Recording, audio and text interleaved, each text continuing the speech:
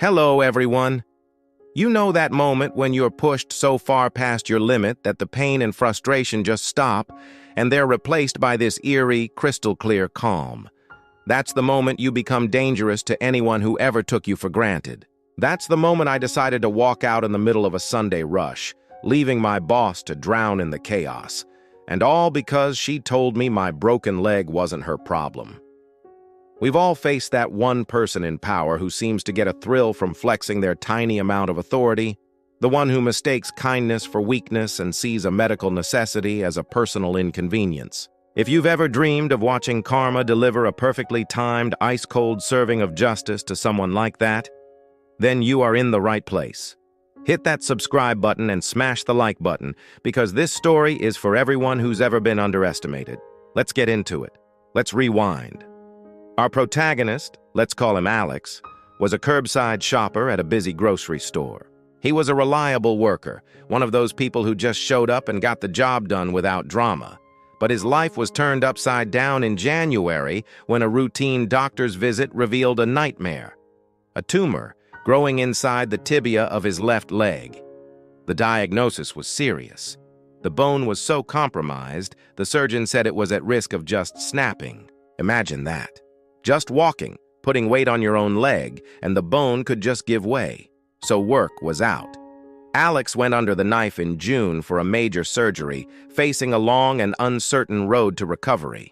For months, it was a cycle of pain, physiotherapy, and the frustration of being sidelined. Finally, after what felt like an eternity, he was cleared to return to work about 2.5 weeks ago. The doctor gave him the all clear, but with a stern, serious warning that echoed in his mind. No restrictions, but the bone is still fresh. It's healing. If you push yourself too hard, if you ignore the pain, you could undo all of our work. You have to listen to your body.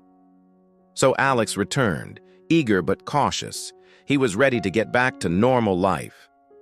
But there was one dark cloud waiting for him back at work: his shift leader, Sarah. Now, Sarah wasn't just a tough boss.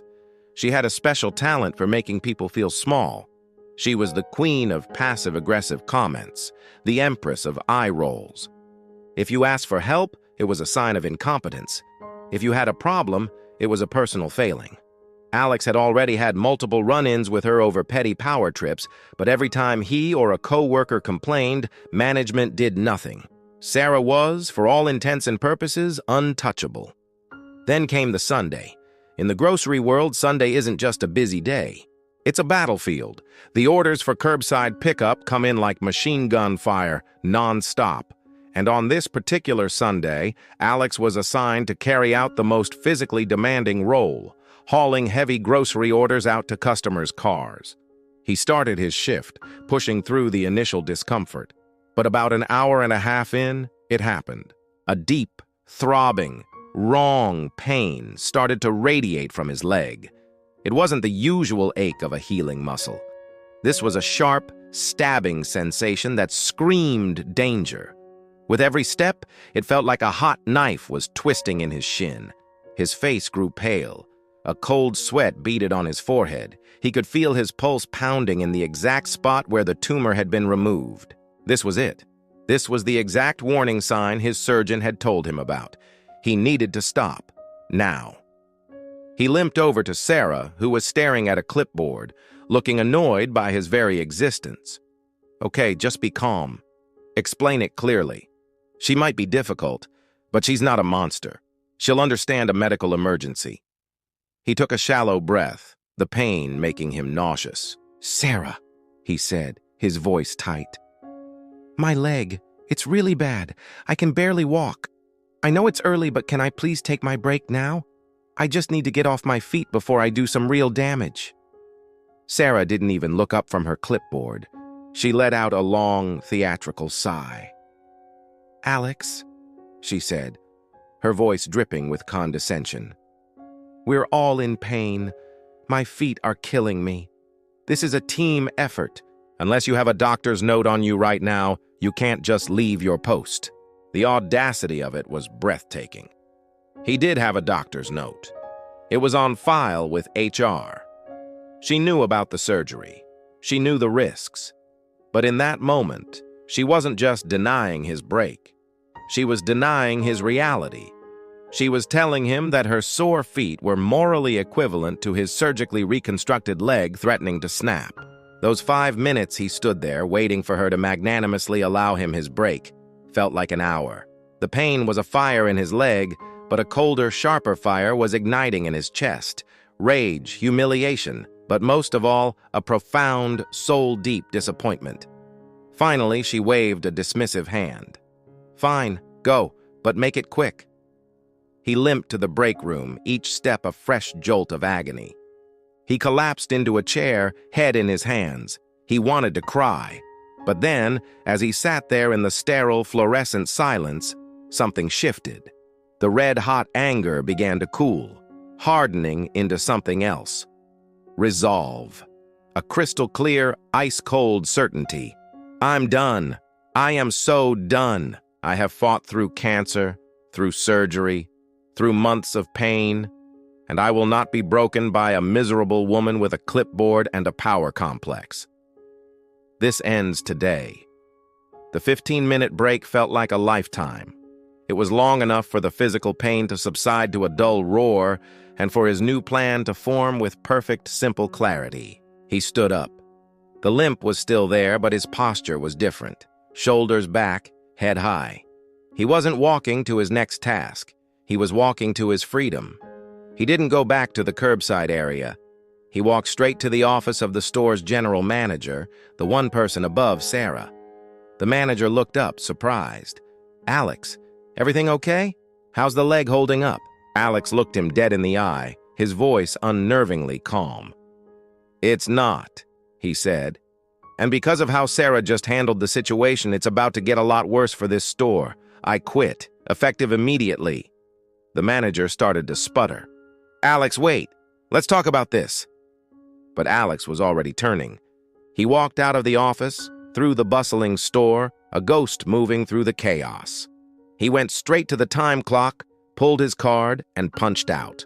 The final clunk of the machine was the most satisfying sound he'd heard in years. And then the beautiful, chaotic fallout began. He was just gathering his things from his locker when his name crackled over the store's intercom. "Curbside to the front, please. Alex to curbside." A slow, genuine smile spread across his face. He actually laughed out loud. Sarah, drowning in the Sunday rush, was desperately paging the employee who had just legally and formally severed all ties with the company. She was trying to summon a ghost. As he was walking through the checkout line with a few groceries he decided to buy, he saw him.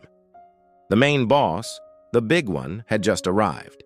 He must have been called in. Their eyes met for a split second across the busy checkout lane, and the boss, he didn't nod. He didn't ask what happened. He just gave Alex this furious, searing side glance, and then turned his head away, pretending he hadn't seen him. And in that look, Alex saw it all. He saw the understanding. He saw the rage. He saw the dawning, horrifying realization of what was about to happen. Alex wasn't just one employee quitting. He was the first domino. He was the one who opened all week. He was a key player on their busiest day, and he had just left them in the lurch in the middle of the Sunday rush with no notice.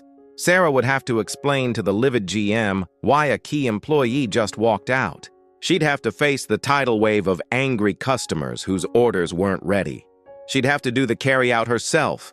Her precious feet be damned. He walked out of the automatic doors, the sun hitting his face.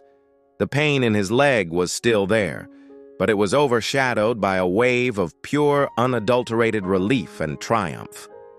He didn't make a scene. He didn't scream or shout. He had simply chosen to no longer participate in his own mistreatment. And in doing so, he had delivered a punishment that fit the crime perfectly. Sometimes revenge isn't about a grand, complicated scheme.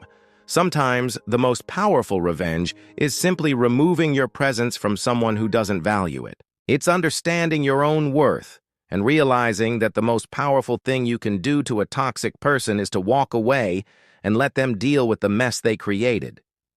If that moment of quiet, devastating justice gave you the same satisfaction it gave me, then do me a favor.